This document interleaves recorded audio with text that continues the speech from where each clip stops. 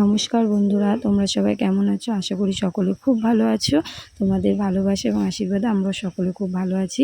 তো আমার একটা মিনি ব্লগে তোমাদের সবাইকে স্বাগত। সাজুগুজু করে বেরিয়ে পড়েছি, আমরা যাচ্ছি আজকে আমার জ্যাঠতুতো দিদির বাড়ি। তো মা ঘরে তালা টালা দিয়ে চাবিটা সামনের বাড়ি কাকির কাছে রেখে দিয়েছে, কারণ আমাদের বাবা যাচ্ছে না, আমাদের বাড়িতে বাবা থাকছে ওই জন্য।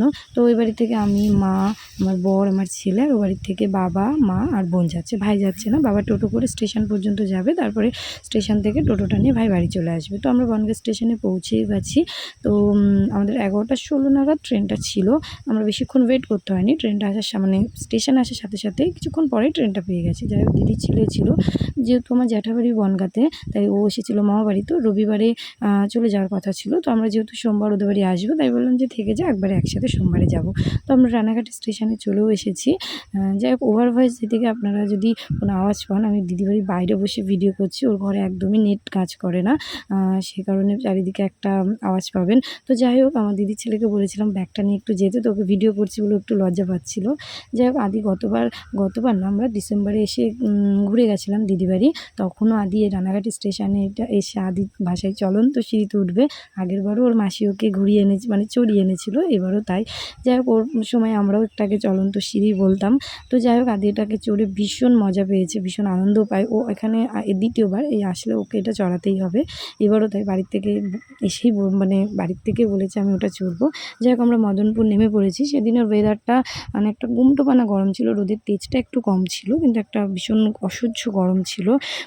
তো যাই হোক, আমরা মদনপুর থেকে এবার যাবো, টোটো ধরবো, তারপরে দিদি বাড়ি। তো তার আগে মদনপুরের এখানে স্টেশনের কাছাকাছি একটা মিষ্টির দোকান, মানে মিষ্টির সম্ভারটা জাস্ট অসাধারণ, অনেক রকম মিষ্টি থাকে। সেখান থেকে মিষ্টি নিয়ে তারপরে আমরা দিদি বাড়ি যাচ্ছিলাম। তো যাই হোক, এখান থেকে টোটোটা ধরলাম, কিন্তু সেদিনে ওখানে কিছু একটা সমস্যা ছিল, যার জন্য টোটো নিয়ে কোনো একটা সমস্যা ছিল। টোটোটা প্রায় আধা ঘন্টা 1.5 ঘন্টা পরে আমরা একটা টোটো পেয়েছিলাম, তাও টোটো স্ট্যান্ডের একজন লোকের সহায়তায়। তিনি সাহায্য করেছিলেন বলে, নয় খুব মানে টেনশানে পড়ে গেছিলাম যে এতটা ডিস্ট্যান্স আমরা কীভাবে আদিকে নিয়ে রোদের মধ্যে কভার করব। যাই হোক, অবশেষে মানে টোটোয় উঠে আমরা প্রায় দিদিবাড়ির কাছাকাছি চলে এসেছি। আসার পর থেকে দেখছি এখানে বেশ একটা সুন্দর হাওয়া দিচ্ছে। যাই হোক, মানে চারিদিকে এত সবুজে সবুজ, হাওয়া তো দেবেই। যাই হোক, এই যে বললাম না ডিসেম্বরে এসেছিলাম, এইসব জায়গায় সব সর্ষে ফুলের বাগান ছিল। তো এবারটা দেখছি এই জায়গাটায় ফাঁকা, যায় না দিদিদের বাড়ির সামনে যে মাঠটা আছে সেই মাঠে কী করেছে। যাই হোক, গ্রাম সাইডটা আসতে না ভীষণ ভালো লাগে। গরমকালে একরকম দৃশ্য, আর শীতকালে আরেক রকম দৃশ্য, দুটোই আলাদা আলাদা। এক একটা ঋতুতে গরমকালে এক এক রকম লাগে, বেশ ভালো লাগে। যারা আমরা মফস্বলে থাকি তাদের কাছে গ্রামটা সত্যি একটা মানে শান্তির জায়গা। যাই হোক, এই যে দিদি বাড়ি ঢুকতে এখানে একটা পাশে পুকুর পড়ে, এটা আমার দিদির। আর ওখানে একটা আম গাছ আছে একদম পুকুরের পাশে।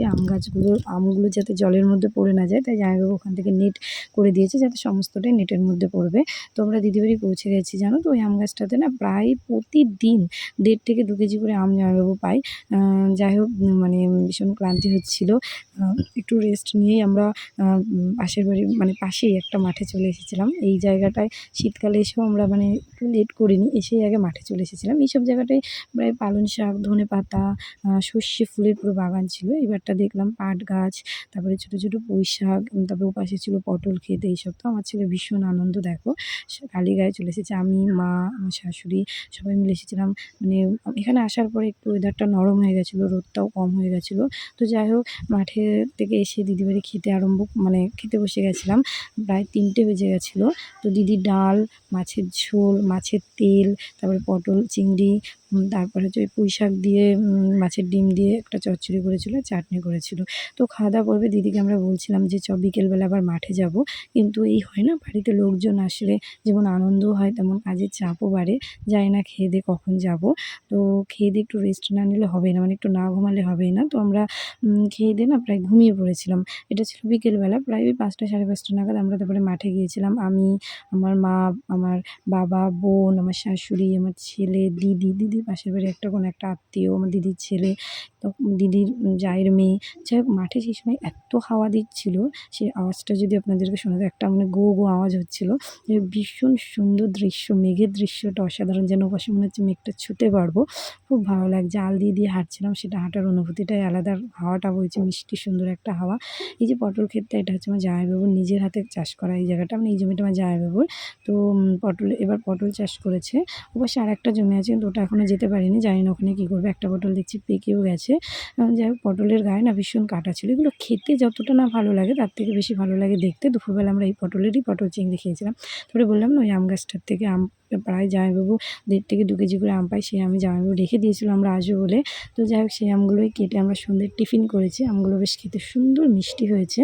তো যাই হোক এইভাবেই আজকে তোমাদের দিনটা কেমন গেল, এভাবেই কাটিয়েছি সেইগুলোই দেখালাম তোমাদেরকে। তো যাই হোক আজকের মতো এই পর্যন্ত। সামনে আরও ভিডিও আসছে দিদিবাড়ির। So tata.